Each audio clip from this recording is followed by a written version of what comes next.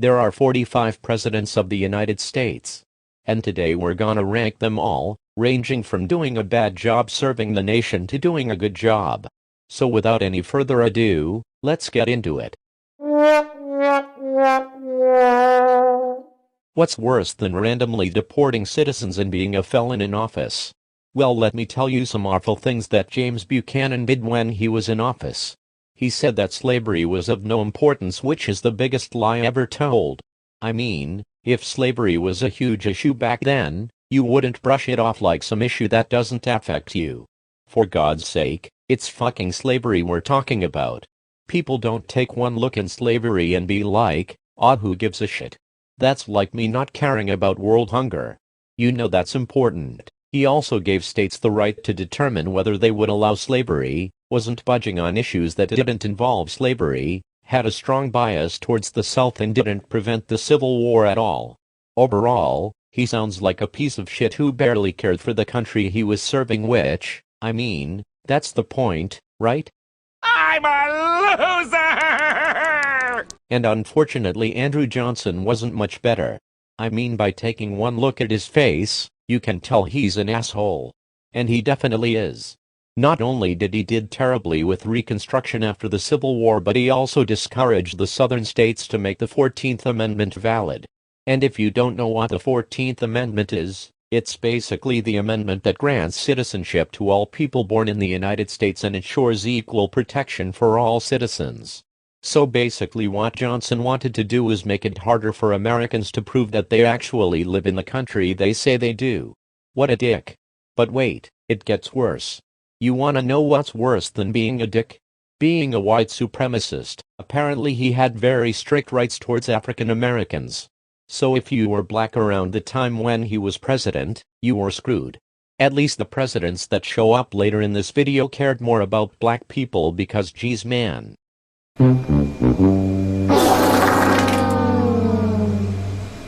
Sure, having an asshole in office was bad, but having an alcoholic in office is equally as bad. Apparently he would drink to get through the presidency, every day on end until death caught up to him. Guess what he died from? Really, nigga? He also signed the Kansas-Nebraska Act, which would have previously prohibited slavery, but now they're given a decision on whether to allow slavery or whether not to allow it. Along with that, he didn't stop bleeding Kansas, which got 55 people killed, and he went back on the decision to tell his wife not to go back into politics. Overall, just a pretty lame president. Fuck Donald Trump. Fuck Donald Trump. Yeah, nigga. You saw this one coming from a mile away. Where do I even begin with this man? Well, let's start at the fact that he built a wall designed to keep Mexicans out of the United States that was 1,954 miles long and costed Biden about $12 billion to take it down. Talk about a waste of money. Trump has also been known to be awfully racist towards African Americans, Mexicans, Indians, and even Asians. And we're not even gonna talk about the relations he has with his daughter. We'll save that for another time. Oh yay. He also almost led us into World War III by accidentally killing the leader of Iran. He axed Pride Month, he tried to defund PBS and NPR, he put high tariffs on imported goods from other countries, which almost stopped the Nintendo Switch 2 from releasing, and he failed to ease tensions with the Ukrainian president. Just an awful person all around. Did I mention he's a felon too? Bitch, I'm already dead. Wanna know which president had the shortest lifespan after getting elected?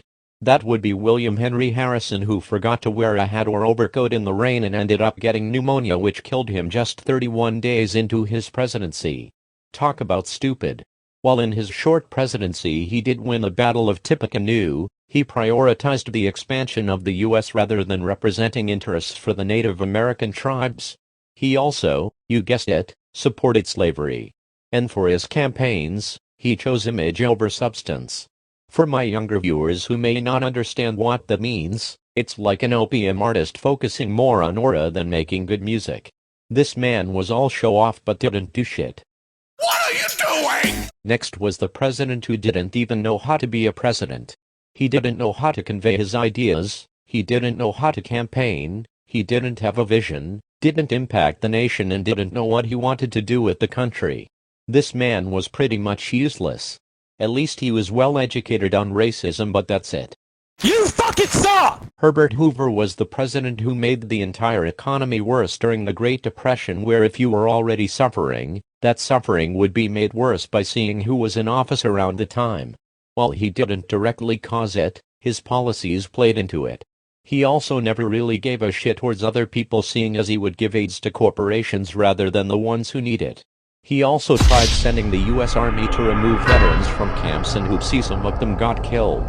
He never really did anything that was for the better of the country except for bettering relations with Latin America. But that shouldn't have been his biggest worry. Get over here! The reason why Miller is this low is because of the Fugitive Slave Act alone, which required slaves to be returned to their masters even if they're in a free state, meaning that if you were getting used to feeling free, then say goodbye to that. Other than that, he did do some good things like passing the Compromises of 1850, which resolved slavery, founding the University of Buffalo, initiated the Perry Expedition to Japan to open trade, blocked the French from claiming Hawaii as their state, and reduced tensions between Spain and Cuba. He's still bad, but less bad than the previous presidents I talked about. John Tyler, the first president to be a pedophile. Mind you, he was 24 when he married a 54-year-old woman. Somebody needed to smack some sense into him when he did that. Not only that, but he also enslaved workers at the White House, meaning they had to do work for him and they would be treated as his servants, which is pretty much White House slavery. And guess what? He supported that too. These presidents supporting slavery is like all these famous people having a thing for children. And he also committed treason by choosing the wrong side in the Civil War. Isn't that wonderful? Don't let that fool you from the fact that he has done good things. He negotiated the Webster-Ashburton Treaty with Great Britain and made sure that Texas became a state. At least he did something right in his presidency. Try! Now George H.W. Bush was actually decent. George W. Bush, though, arguably one of the worst presidents we have gotten. Even though he did sign 2 tax cut programs, sign the No Child Left Behind Act, which helped to improve schools, he also invaded Iraq based on a false premise, which nobody just seemingly invades Iraq unless there is an actual reason to do so. This caused in destabilization of the Middle East and significant casualties. This also lost them billions of dollars, which is a lot of money to be thrown out the window. And he treated Guantanamo Bay prisoners like human garbage. Specifically after George H.W. Bush's run in office, he's pathetic compared to him. What'd I do? What'd I do? What'd I do? This man resigned after being falsely accused of taking part in placing listening devices in the White House, otherwise known as the Watergate scandal that cost him the presidency, making him the first president to ever officially resign. He may have also been involved in many other bombings that Ford decided to ignore when pardoning him for the scandal. More about him later. He also sabotaged his chance at peace with Vietnam but was able to end the Vietnam War. He also bombed Cambodia but could care less about the casualties and dabbled into geopolitics, which got people raped. Yikes. He did withdraw his forces while training South Vietnamese forces, bettered relations with China after his visit to the country, oversaw the Apollo 11 moon landing, and signed anti-nuclear weapon treaties that would control the spread of them. He's not all bad, but that scandal definitely did kneecap his career. You weird, buddy. You're weird. He had a relationship with a girl that was much younger than him? Come on now. What are we doing, bruh? Outside of that, he did not grasp politics at all, meaning he didn't get the field he was working in at all. That's like a surgeon not knowing what they're doing. And trust me, you don't want that. He was also the last president to own slaves. Let me make that abundantly clear. His administration got involved in the Galphin affair as well, where one of the people who worked for him took 50% of the claim for the shit they did, even if a majority of the claim went to Taylor. Despite that though, he did win the Mexican-American War and urged New Mexico and California to give him paperwork so that they could be states. But he's also a weirdo. I'll Kill 1,000 people before I let this company die. This man almost killed the entire Cherokee Nation due to his overseeing of their removal. About 1,000 of them died as a direct result, and if he wasn't stopped then it would have been more. He also failed to address economic collapse during the Panic of 1837. But he did oppose the annexation of Texas, successfully end the Aroostook War, secure an agreement with England for 2 slave ships and seize the Amistad. Before we get into Jimmy Carter, this isn't meant to disrespect him at all. He was a very nice man and shall he rest in peace. But he was also the 9th worst ranked president in history. A part of the reason may have been how he handled the Iran hostage crisis, which was poorly at that. He tried to send rescue military but that failed. It also cost him the 1980 election. He also increased inflation rates, lacked experience in the politics of the first president in which he didn't set the golden standard, and he made the US seem frail at the time. However, he did help defeat the Soviet Union, normalized relations with China, was honest and ethical, focused on human rights, successfully negotiated treaties that returned the control of Cambodia, and advocate for energy conservation against climate change. He definitely was a nice person even if he didn't do the best job in office. Well, Rutherford did end Reconstruction after the corruption from an administration owned by a president we'll get to later. He did it way too early and could have pulled troops out of the war. He also believed that the South would be better off at the end of the war, which were high levels of delusion. But he did restore integrity to the White House and resolved a conflict between Argentina and Paraguay. So while he did have good intentions, he just had bad execution. This made you look so fucking stupid. This shit make you look so stupid. Yes, the president who pardoned Nixon even if he did war crimes. Sure, let's put as little thought into that as possible. He also supported the East Timor massacre that killed around 100,000 to 300,000 people, didn't stop the Khmer Rouge genocide, almost escalated the Angola independence war because the government shut that down immediately, and he funded the Shah with infinite US weapons. Just why? Despite this though, he did de-escalate the Cold War and improved relations with the Soviet Union and helped the economy recover. Nah, I don't really feel like it. Would you believe me if I said that Chester A. Arthur was the hardest president to find anything on? I swear, people must have forgotten he existed or something. That's only further supported by the fact that when most voters were asked about him, they had no clue who they were talking about. Geez, guess nobody remembers this guy. Despite doing some concrete digging, I did find some things on him. Not a lot, but it'll work for his section. So he signed the Pendleton Civil Service Reform Act and sorta negotiated the Chinese Exclusion Act. Only reason I said sorta was because he tried during his presidency but didn't live long enough for it to actually get passed. And I guess he didn't want to be president because I couldn't find anything that bad about him or really anything in general. I expect me to forget about him again after making this video. Mediocre? Now we're moving into actually decent presidents, starting with Calvin Coolidge. He's the textbook definition of a mid-president. Other than being born on Independence Day, which is pretty cool within itself, he reduced federal debt, signed the Indian Citizenship Act, supported disarmament agreements, and also signed the Kellogg-Briand Pact. But he also didn't handle the military operations of Haiti and Nicaragua that well. He sent the Marines to Nicaragua, but intervention from the U.S. was unpopular and they were withdrawn by the Hoover administration. His military interventions were cited as causing more tension between the U.S. and those countries, so he didn't help much. He also didn't allocate funds for people during the flood of the Mississippi River, believed that the government had no place or right to interfere in American economic or social life, enforced prohibition, and okayed alcohol poisoning, which led to millions of unnecessary deaths. I mean, what did he think was gonna happen? He wasn't a good president but wasn't a bad president either. Just smack dab in the middle. Mid! Mid! Grover Cleveland was the first president to serve more than one term, so we'll be taking a look at what he did in his first term and what he did in his second term. In his first term, he signed the Interstate Commerce Act of 1887, which made the railroad industry subject to federal regulation. But he also didn't do enough to help the economic depression, signed the Dawes Act, which did more harm than good, had an unpopular stance when it came to Civil War pensions and his stance on increasing the amount of currency in circulation. And in his second term, he repealed the Sherman Silver Purchase Act, upheld the Monroe Doctrine, and solved a dispute between Great Britain and Venezuela. However, He also handled the Panic of 1893 poorly. He said that the government shouldn't intervene in the economy. Now that would have helped them out in a time of need. But Grover said fuck them and moved on.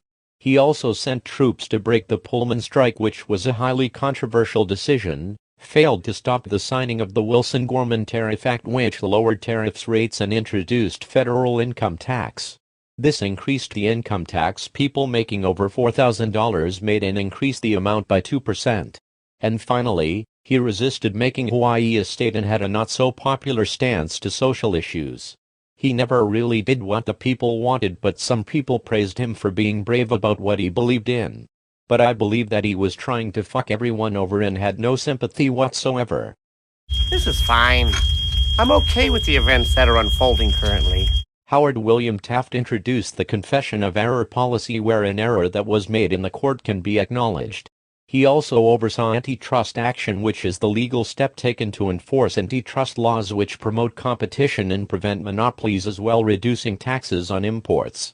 But apparently he was fine with the suffering he caused on the world. He forced a relationship with Republicans that wasn't there, signed the Payne-Aldrich Tariff Act, which was meant to lower tariffs, but nope, just raised them instead. Also caused a split in the Republican Party when he disagreed with Chief Forester Gifford Pinchot's criticism of Richard Ballinger's decision, failed to achieve stability with the dollar diplomacy, put no effort into engaging the public, and lacked any ability to push for aggressive reforms. Because of him, he betrayed his own political party in favor of absolute chaos. And this is why you always listen to your party. Now this I just don't understand. So during James A. Garfield's first term, he got shot in the chest and barely survived. However, even when he got a bunch of doctors to help remove the bullet, not one of them could locate it. How stupid were the doctors then? It's like a failed game of Operation. Like, if doctors were this bad back then, I would definitely not want to go back to the 1880s and get treated by one. Other than putting trust in a doctor who couldn't do his job, he demonstrated willingness to assert presidential power against senatorial influence, as well as advocating for African American education and supporting universal education for all. At least he was doing the right thing with that. He also reduced corruption and cleaning it up in the office, as well as expanding trade with South America. Even though his first term was cut short, he was still a pretty powerful leader.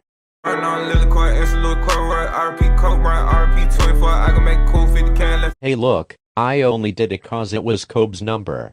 Rest in peace to the Black Mamba. Yep, it's Mr. Owned Slaves himself. About 100 of them. We've been known this though, and it's known that any president that owns slaves loses points of the presidential score. That's why he's down to a 5.4. He also signed the Indian Removal Act, where he would exchange land with Native Americans so that they can get lands west of the Mississippi River and he can get their lands. This removal of Native Americans led to the Trail of Tears, which killed about 4,000 Cherokees. He also dismantled the Second Bank, which led to economic instability, disregarded the Supreme Court's ruling of Worcester v. Georgia, where it was ruled that Georgia has no jurisdiction over them or their land. But Jackson ignored this and acted like he owned the land when he didn't. He also introduced the spoil system, where after a political party would win an election, they would give government jobs to their friends. It is seen as an abuse of power and can lead to the government going under. It's also a way of Jackson showing that he was greedy. And he also relied on unofficial advisors, so it's like he was trying to make the government go down. At least he paid off national debt. Riddle me this! What's green that you own millions of acres of? Land. No, not anymore! Benjamin Harrison signed the Sherman Antitrust Act, which promoted fair competition and prevented monopolies that could harm the economy and its consumers. He also advocated for civil rights, signed a generous Civil War veterans pension bill which would discharge veterans who served at least 90 days in the military, made an attempt to pass the Henry Lodge's election bill which would allow black people to vote, and established the National Forest System which would protect forest and woodland areas. But he also caused the Wounded Knee Massacre, which killed more than 250 people. I would like to think it's around 300 though. Along with that, he also signed a bill that made Oklahoma lose millions of acres, overreacted to the Ghost Dance movement, ordered an army to increase its presence in North Dakota and encouraged an assimilation policy as well as ignoring eradication portions. Hello, I like money. Grant was involved in many scandals that had to do with money, including the whiskey ring where government officials and whiskey distillers conspired to commit tax evasion, resulting in the loss of millions of dollars in revenue for the government, the Black Friday gold panic where an attempt was made to take advantage of the gold market, leading to a financial crash and devastating effect on the economy, and the Indian ring where the Secretary of War bribed Native Americans, which led to price inflation. His entire presidency was full of corruption and incompetence, so much so that Hayes had to restore the corruption his administration caused from the White House. However, he did lead the Union Army to victory in the Civil War, enacted policies to protect African American rights and civil service reform, as well as making efforts towards Native American policy and foreign policy, including Anglo-American relations. Not a bad president, just an overly greedy one. Okay. William McKinley successfully conducted the Spanish-American War, leading to the independence of Cuba and the U.S. acquiring the Philippines, Guam and Puerto Rico, as well as overseeing Hawaii become a state and signing the Gold Standard Act of 1900, where the dollar was defined in terms of a mixed weight of gold and that the U.S. Treasury was obligated to redeem paper currency for gold on demand. But he also believed that everyone had equal rights, believed that lynching was bad, believed that work labor was good, sent the USS Maine to Havana Harbor just for it to sink, tried to take over Cuba, started the Filipino-American War, which was completely pointless, opened concentration camps and committed genocide.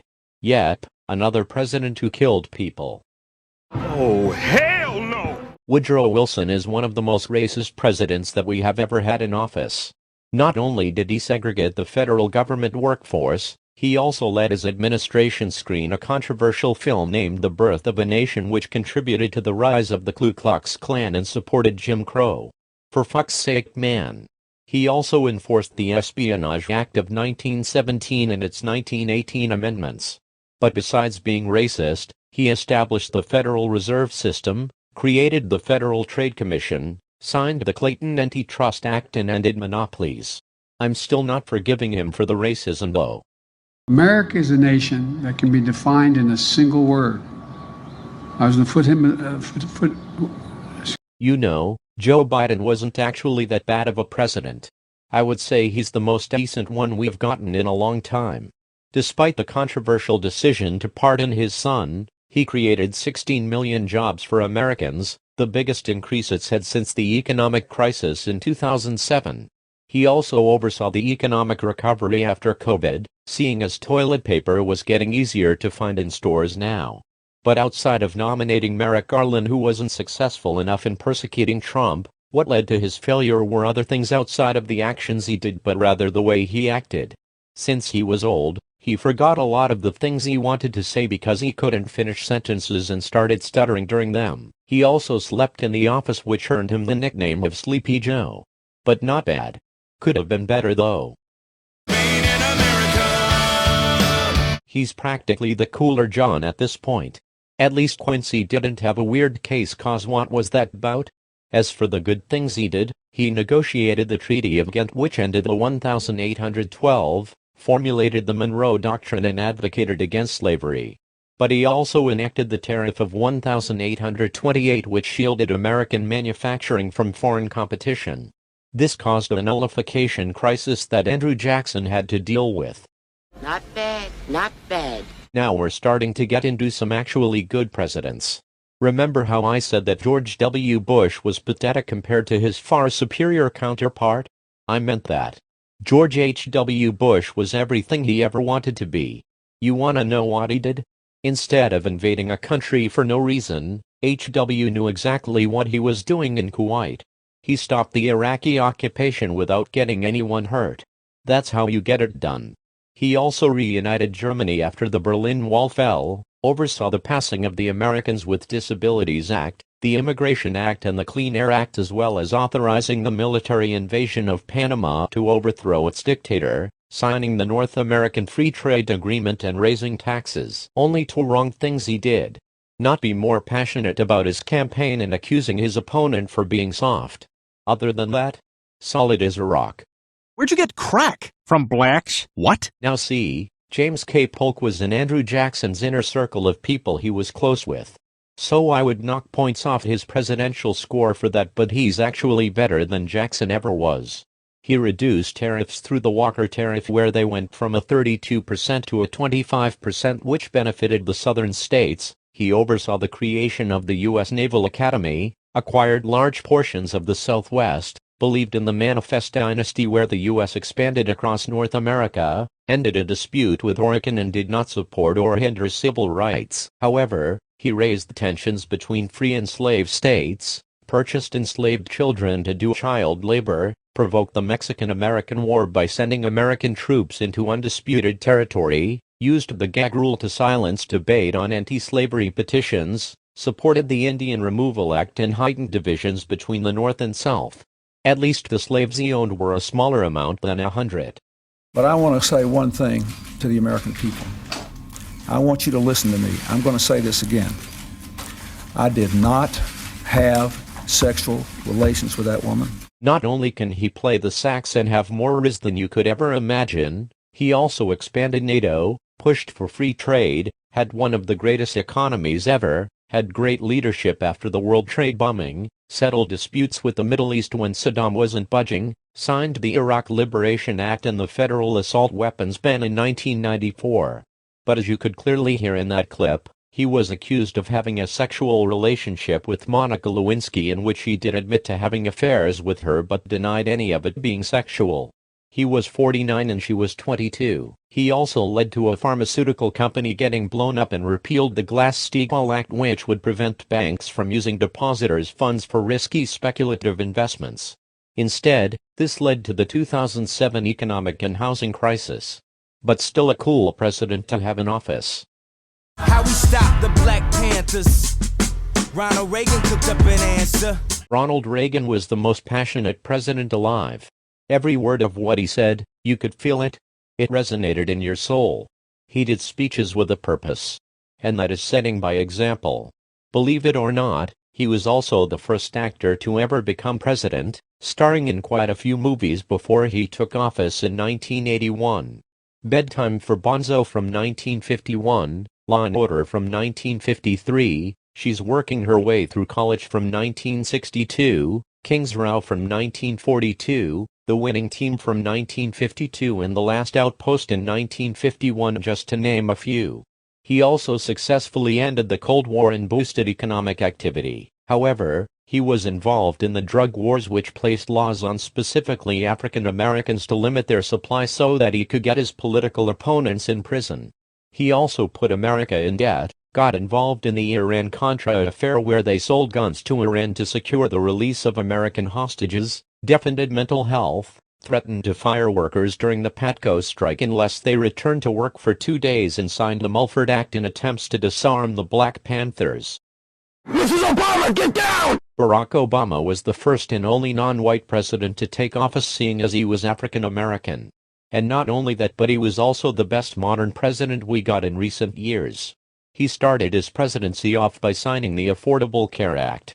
Then he helped take down Osama bin Laden, and thank God somebody took care of his ass. He also made economic recovery following the 2007 housing crisis, normalized relations with Cuba, ended the Iraq War, and allowed gay people into the military through the Don't Ask, Don't Tell policy.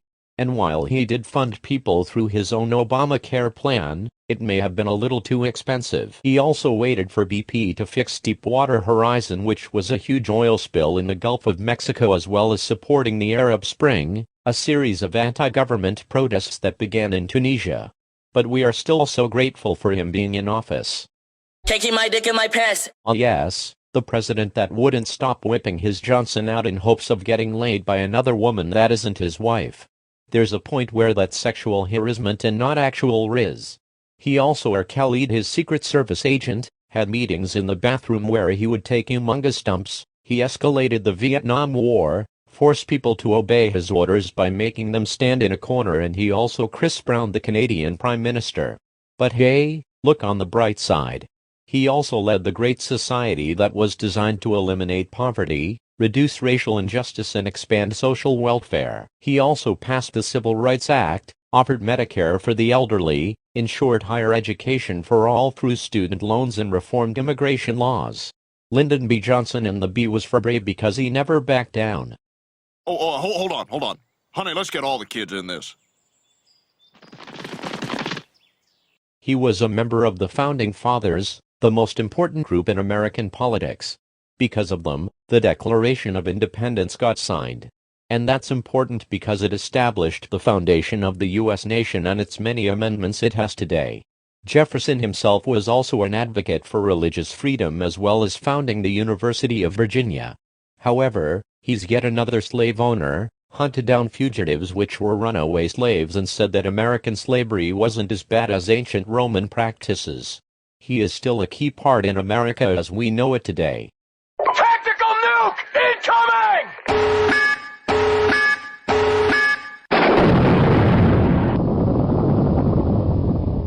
What you just heard was one of 2 bombs that Harry S. Truman dropped on Hiroshima and Nagasaki. Don't worry. At worst, from the nuclear blast, you have radiation poisoning. At least it won't Why the fuck you lying? Why you always lying? Other from that, he increased Cold War tensions, was slow to act, entered the Korean War, was accused of corruption and favoritism, caused labor strikes which led to anger against unions in his administration, causing inflation in the transition between wartime and peacetime. But he did oversee the end of World War II, established the Marshall Plan in NATO, desegregated the military, meaning that black soldiers could now fight the war with white soldiers. He also expanded Social Security, raised the minimum wage, advocated for civil rights, and recognized the State of Israel. And he was not a dog, but he was a good boy. Oh yes, he was. Fuck around and find out what the D stands for. It actually stands for David, but it would be funny to think that it stood for the other D word I thought it was. This man made an agreement to end the Korean War and never led the U.S. into any wars, knowing that he wanted to secure peace.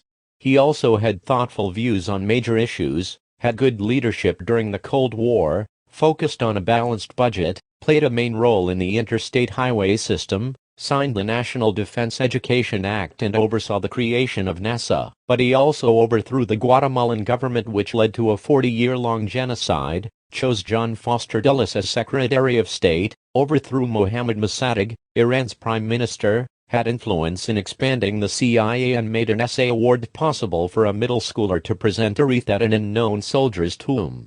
I wish I was making that last part up. You think I'm an alien? Another member of the Founding Fathers who was crucial to the founding of the United States as we know it.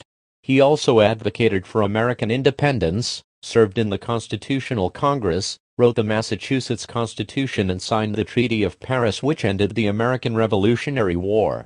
However, he also signed the Sedition Act, which prevented false writing against the government, and the Alien Acts, which gave him the power to deport immigrants.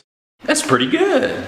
Who could ever forget FDR, the man who had great leadership during the Great Depression and World War II, signed the Fair Labor Standards Act, which set standards towards child labor, established a Good Neighbor policy, and passed the GI Bill, which gave World War II veterans education benefits? It's kinda hard to forget a man for such those notable actions. But it's also hard to forget him when he also interned Japanese Americans following Pearl Harbor, which basically meant that they served as prisoners. It's practically like getting held against your own will. But we had to get used to it back in the 1880s when we had to serve our master. There were also controversies around his policies. He perpetuated segregation and racial discrimination. He attempted to expand the size of the Supreme Court, and he vetoed a bonus bill towards the Army that caused veterans to suffer. Doesn't that sound fun? I feel kind of free. And now for the man that shut down the European colonization of America. He named this the Monroe Act, that stated that if there would be any interference from the Europeans in regard to it, America would see it as a threat. Not just that, but he also solved the Missouri crisis and toured New England to gain a new sense of national unity. But he also thought supporting manumission was a good idea. It was the act of letting someone free from slavery and giving them freedom, which obviously was an issue because slavery still existed around the time. He also sent an army to Florida to kill the Seminoles, supported the Act of the Indian Removal and supported the Missouri Compromise. Now all these trees here are protected under me. So if you want to get rid of the trees, you'll have to get rid of me first. If any president cared the most about the environment, it would definitely be Teddy Roosevelt. He advocated for the efficient use of natural resources and increased the number of national parks that would count as great contributions to nature. Outside of those environmentally friendly actions he did, he also pursued antitrust enforcement, negotiated the settlement for the 1902 coal strike, supported workers' rights and financial compensation, began construction on the Panama Canal, successfully mediated the Russo-Japanese War and eased tensions, which he earned a Nobel Peace Prize for, and expanded the U.S. Navy. What a nice guy, am I right? There isn't much bad he did. He banned Christmas trees, which what type of Grinch law is this? He also supported eugenics and overreached power. But still contributed to a great cause. Nothing bad ever happens to the Kennedys! I wouldn't say that nothing bad ever happens to the Kennedys because there is a history of that, but John was a prime example of the best one. This brave young man, who took office when he was 43, established the Peace Corps, established the Alliance for Progress in Latin America, supported civil rights, de-escalated the Cuban Missile Crisis, signed the first nuclear weapons treaty, and proposed bold reforms in areas like healthcare, education and urban development. And in his presidency, he only ever did two things wrong, which were listen to the CIA about Bay of Pigs, which was a failed attempt for Americans to overthrow Fidel Castro, and only act on civil rights when he had to. But still one of the best. I got bills I gotta pay. Last founding father on the list responsible for the U.S. Constitution. He also championed the Bill of Rights, co-authored the Federalist Papers, negotiated the Louisiana Purchase and expanded U.S. territory, solidified the nation's independence, signed the Bank Bill law into place, and led to American progress. Only things he did wrong were lead the U.S. into war and indoor slavery.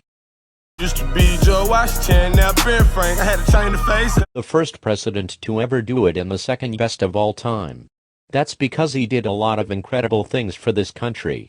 He led the Constitutional Army to victory in the Revolutionary War, presided over the Constitutional Convention, established a two-term limit for presidents, and established the presidential veto. But he pursued escaped slaves, owned slaves, enslaved people, and let slave owners capture runaway slaves in free states. There's also a rumor that the reason he doesn't smile in any of his pictures are because his wooden teeth came from dead slaves. Regardless, he would be the best president of all time if it wasn't for. That's why he's the GOAT! The GOAT! We all knew that Lincoln was the best one. He won many battles under his belt and ended slavery. He also persevered the Union during the Civil War and funded Reconstruction after the war. And even though he's the standard of what a president should be and how to effectively run a country, I don't think anyone's perfect, not even the GOAT. Matter of fact, did you know that he didn't want to free the slaves at first because he focused on the expansion of them instead of their abolition? Bet you didn't know. But he's about as close to perfect as a president has ever gotten. And that's fine with me. And that's every US president ranked. But what are your thoughts on the presidents? Love them? Hate them? What would you rate them? Let me know in the comments. And until next time, I'm gone.